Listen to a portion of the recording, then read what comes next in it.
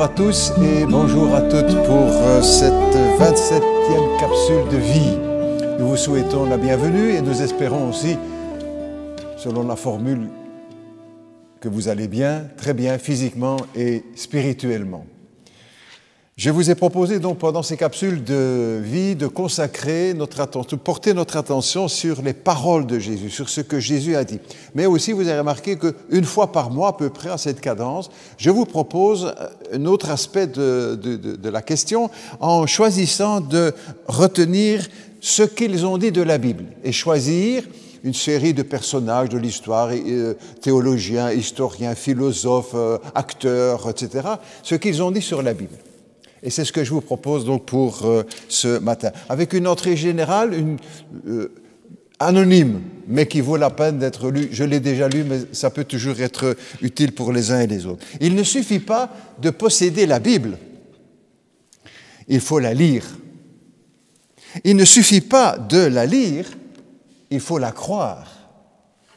Il ne suffit pas de croire la Bible, il faut la vivre. Que ces conseils animent notre vie aux uns et aux autres, et à moi aussi, le premier, bien sûr. Une première citation d'Augustin, un grand théologien du 5e siècle, dire oh, c'est loin, mais il a influencé toute l'histoire de l'Église par ses affirmations au sujet de la Bible. Voici ce qu'il dit. Augustin, théologien, 5e siècle.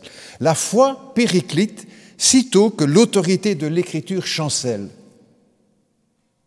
Ce qui supporte, fortifie, nourrit notre foi, c'est la parole de Dieu.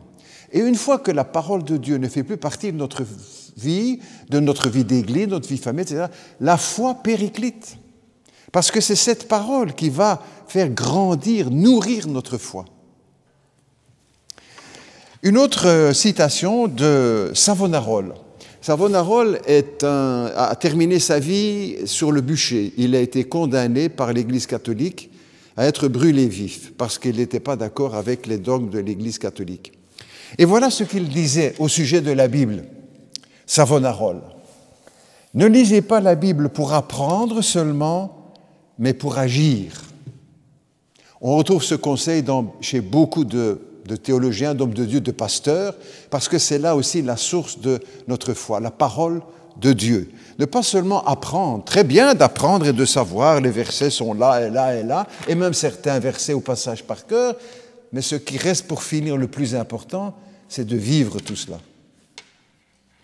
Merci, Savonarole. Un autre angle sur les Écritures. Un incrédule, un ennemi de la foi.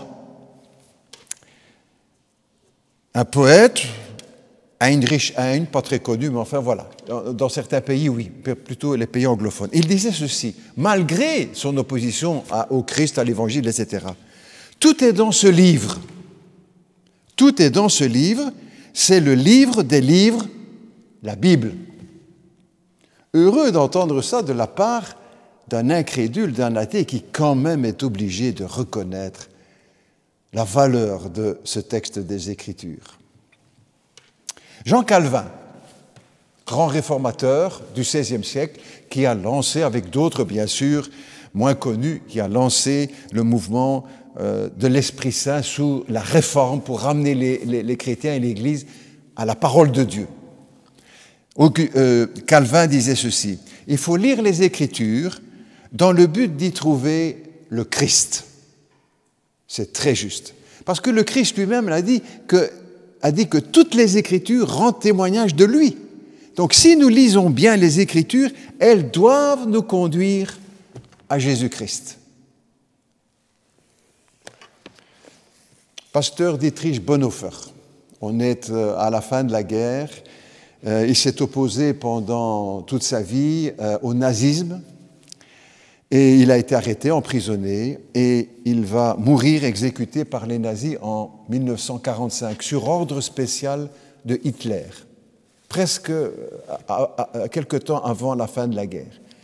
Et il disait ceci, « Je crois que la Bible seule est la réponse à toutes nos questions. » Je crois que la Bible seule est la réponse à toutes nos questions. Dietrich Bonhoeffer, pasteur qui a été exécuté pour sa foi en Jésus-Christ. Nous posons tous beaucoup de questions. même les pasteurs, même les chrétiens, même les croyants, même les théologiens, nous nous posons des questions. Où allons-nous chercher les réponses? Qui va nous donner les réponses? La parole de Dieu est la réponse à nos questions. Et c'est pour cette raison que nous avons intérêt les uns et les autres à lire cette parole pour notre vie aux uns et aux autres. Je crois que la Bible seule est la réponse à toutes nos questions. Pasteur Dietrich Bonhoeffer. Une autre approche maintenant, un pilote de Formule 1, Ayrton Senna, qui est décédé il y a maintenant plusieurs années. Il a été 3 fois champion du monde des Formule 1. Et 4 ans avant sa mort, un journaliste l'a interrogé, posé beaucoup de questions, bien sûr, sur le sport, l'auto, mais aussi sur sa vie personnelle. Et il répondait ceci, un extrait de ce qu'il a répondu dans cette interview. « Je ne lis aucun roman. Je me contente de quotidiens, des revues quotidiennes ou de quelques magazines, mais je ne me sépare jamais de ma Bible, mon livre de chevet. J'en lis chaque jour un passage. La lecture de la Bible a changé ma vie. Je m'identifie à 100% à ce que je lis.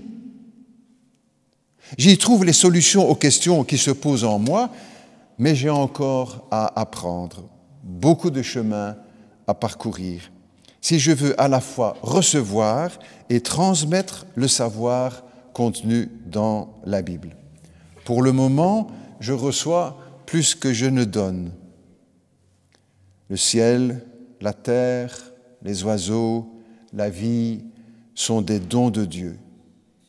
Et moi, simple humain, j'aspire à être en harmonie et en paix avec mes convictions. Ayrton Senna.